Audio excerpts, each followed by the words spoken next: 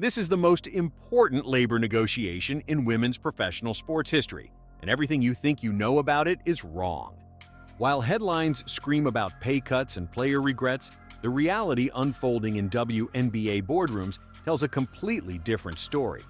We're not looking at players regretting signed contracts or facing devastating pay cuts. Instead, we're witnessing an unprecedented battle over what might be the largest salary increases in women's sports history, with players potentially earning over $1 million annually by 2030.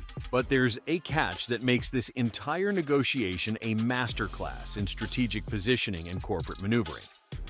Let me take you inside the real story of the WNBA's collective bargaining agreement negotiations, where the stakes have never been higher, and the gap between what's being offered and what's being demanded represents not just dollars and cents, but the future of professional women's basketball in America. As of January 2026, the WNBA and the Women's National Basketball Players Association remain locked in negotiations that were supposed to conclude on January 9th. This marks the second extension of their deadline, and with each passing day, the financial implications grow more staggering. We're talking about proposals that would transform minimum salaries from $66,079 to $225,000 overnight. That's a 240% increase that would make WNBA rookies better compensated than many middle management positions in corporate America. The Supermax salary proposal is even more dramatic. Current top players earn $249,244 at the highest tier. The league's offer would catapult that figure to $1.3 million, with potential growth reaching $2 million. We're looking at a 421% increase for elite players. To put this in perspective, that's more than many NFL players earn, and it's approaching NBA rookie-scale territory. But here's where the story gets complicated and why understanding the nuances matters more than the headlines suggest. The fundamental disagreement isn't really about whether players deserve more money. Both sides acknowledge that dramatic increases are necessary and inevitable. The core dispute centers on a single crucial question: what percentage of league revenue should players receive? The WNBA has proposed that players receive approximately 14 to 15% of gross revenue. The players are demanding 30%, with some proposals pushing toward 33% by 2030. To understand why this matters, you need to know that NBA players receive 40% of basketball-related income. This means WNBA players are already conceding 10 percentage points compared to their male counterparts before negotiations even begin. This concession represents approximately $450 million in total compensation that WNBA players are voluntarily leaving on the table from 2026 to 2030, simply by not demanding parity with NBA revenue sharing. Let that sink in for a moment. Before the first proposal is even made, female professional basketball players are accepting a significantly smaller piece of the pie than male players receive. The financial implications of this revenue share dispute are staggering. If players accept the league's 14 to 15% offer instead of their 30% demand, they would collectively earn approximately $700 million less over the 5-year agreement period. That's not a typo. $700 million. Let me break down what this means for individual players by looking at a specific example. Consider a star player's projected earnings from 2026 to 2030.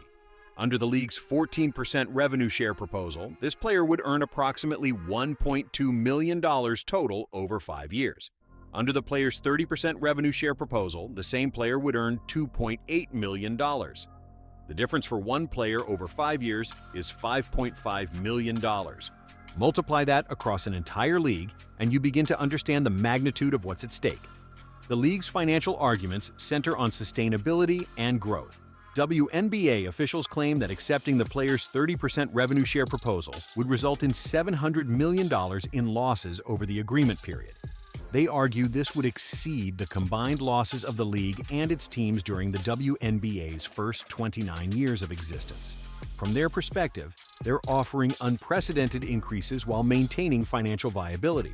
But players and their advocates see this differently. They point out that in 2025, WNBA players received approximately 7% of total revenue in salaries. 7%. By any measure of professional sports compensation, this is extraordinarily low. Even the league's current proposal of 14 to 15% would still place WNBA players well below industry standards for revenue sharing in professional sports. The negotiation timeline reveals how both sides have moved toward each other, but significant gaps remain. In November 2025, players initially proposed a salary cap of approximately $12.5 million, with average player salaries of $1 million and maximum salaries reaching $2.5 million. In recent weeks, they've adjusted their proposal to approximately $10.5 million for the salary cap, showing willingness to compromise. The league's latest offer includes a $5 million salary cap for 2026, with future growth tied directly to revenue performance. This represents a 232% increase from the current $1.507 million salary cap, but it still falls short of the players' adjusted demands. Here's where the strategic complexity becomes apparent. The league's proposal isn't just about immediate salary increases. It's a revenue-sharing model that would be uncapped and would increase automatically as the league grows. This means that if the WNBA achieves its projected growth targets, player salaries would rise accordingly without requiring future renegotiation. Under the players' proposed 30% revenue share model, average salaries would reach $1 million in 2026 and potentially $1.8 million by 2030 when the league projects revenue will reach $1 billion annually. These aren't modest increases. These are transformational changes that would fundamentally alter the economic landscape of women's professional sports. The broader context makes this negotiation even more significant. The WNBA is experiencing unprecedented growth in viewership, attendance, and media coverage. The 2024 season saw record-breaking numbers across virtually every metric. New expansion teams are joining the league, television contracts are expanding, and corporate sponsorships are reaching new heights. This growth creates both opportunity and pressure. Players argue that now is the time to secure their fair share of the revenue they're helping to generate. The league argues that sustainable growth requires careful financial management and gradual increases rather than dramatic jumps that could jeopardize long-term stability. One particularly contentious element involves the league's proposal for a combine requirement, which reportedly includes a 50% pay cut penalty for players who don't participate. This type of provision highlights how the negotiations extend beyond pure salary discussions into broader questions about player autonomy and league control. The international implications also matter. Many WNBA players currently earn significant portions of their annual income playing overseas during the WNBA off-season. If WNBA salaries reach the levels being discussed, fewer players would need to pursue international opportunities, potentially allowing them to focus entirely on their WNBA careers and improving the overall quality of play. From a historical perspective, this negotiation represents a potential watershed moment. If successful, it would establish a new precedent for women's professional sports compensation. Other women's leagues around the world are watching closely, as the outcome could influence their own labor negotiations and revenue-sharing discussions. The moratorium agreed to in mid-January, which halted the initial stages of free agency, demonstrates that both sides recognize the stakes involved. Neither wants to see the 2026 season disrupted, but neither is willing to accept terms they view as fundamentally unfair. For players, this isn't just about individual compensation. It's about establishing the principle that female professional athletes deserve compensation that reflects their contribution to league revenue. They're arguing for a fundamental shift in how women's sports are valued and compensated. For the league, the challenge involves balancing player demands with financial reality, while maintaining the growth trajectory that has made these salary increases possible in the first place. They're walking a tightrope between satisfying current players and ensuring the league's long-term viability. The $56 million gap between the latest proposals represents more than just numbers on a spreadsheet. It represents different visions for the future of women's professional basketball. One vision prioritizes immediate substantial increases with revenue sharing that approaches industry standards. The other prioritizes sustainable growth with significant but more measured increases tied to proven performance metrics. What makes this situation particularly complex is that both sides have legitimate points. The players' demand for 30% revenue sharing isn't unreasonable by professional sports standards, especially considering they're already accepting less than their male counterparts. Simultaneously, the league's concerns about financial sustainability aren't unfounded, particularly for a league that's still establishing its long-term viability. The resolution of this negotiation will likely require creative solutions that address both sides' core concerns. This might include graduated revenue sharing that starts closer to the league's proposal, but automatically increases as specific growth targets are met. It might involve performance bonuses tied to league milestones or individual achievement metrics. The final agreement will probably include elements that neither side loves, but both can accept. What's certain is that regardless of the final terms, WNBA players are positioned to see the largest salary increases in the league's history. The question isn't whether significant increases will happen, but rather how substantial they'll be and how they'll be structured over time.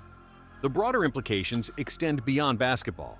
This negotiation is happening at a time of increased attention to gender pay equity across all industries. The outcome will be scrutinized not just by sports fans, but by labor economists, gender equity advocates, and business leaders watching how a rapidly growing entertainment property navigates these challenges. As negotiations continue, both sides face pressure from multiple directions.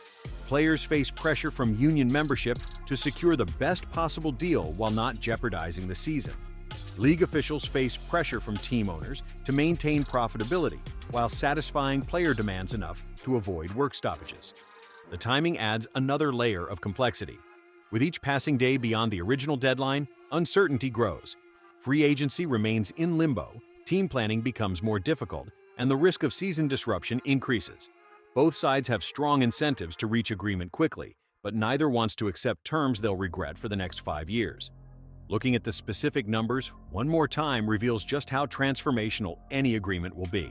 Current minimum salaries of $66,079, potentially increasing to $225,000, means rookie players would see their compensation more than triple overnight. For veterans, the changes could be even more dramatic, with some projections showing individual players earning more in a single season than they currently earn over their entire careers. This brings us to the heart of what this negotiation really represents. It's not about players regretting contracts they've signed or facing pay cuts. It's about defining the value of women's professional athletics in an era of unprecedented growth and opportunity. The WNBA has evolved from a league that struggled for relevance and financial viability to one that's attracting mainstream attention, corporate investment, and genuine fan enthusiasm. This negotiation will determine whether that success translates into compensation that reflects the league's new reality. Whatever the final outcome, one thing is clear: the landscape of women's professional sports is changing permanently. The days of players earning poverty-level wages while generating significant revenue for leagues are ending.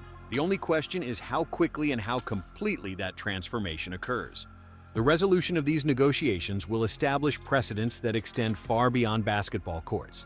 It will influence how future women's professional leagues structure their compensation, how media companies value women's sports programming, and how society perceives the worth of female athletic achievement.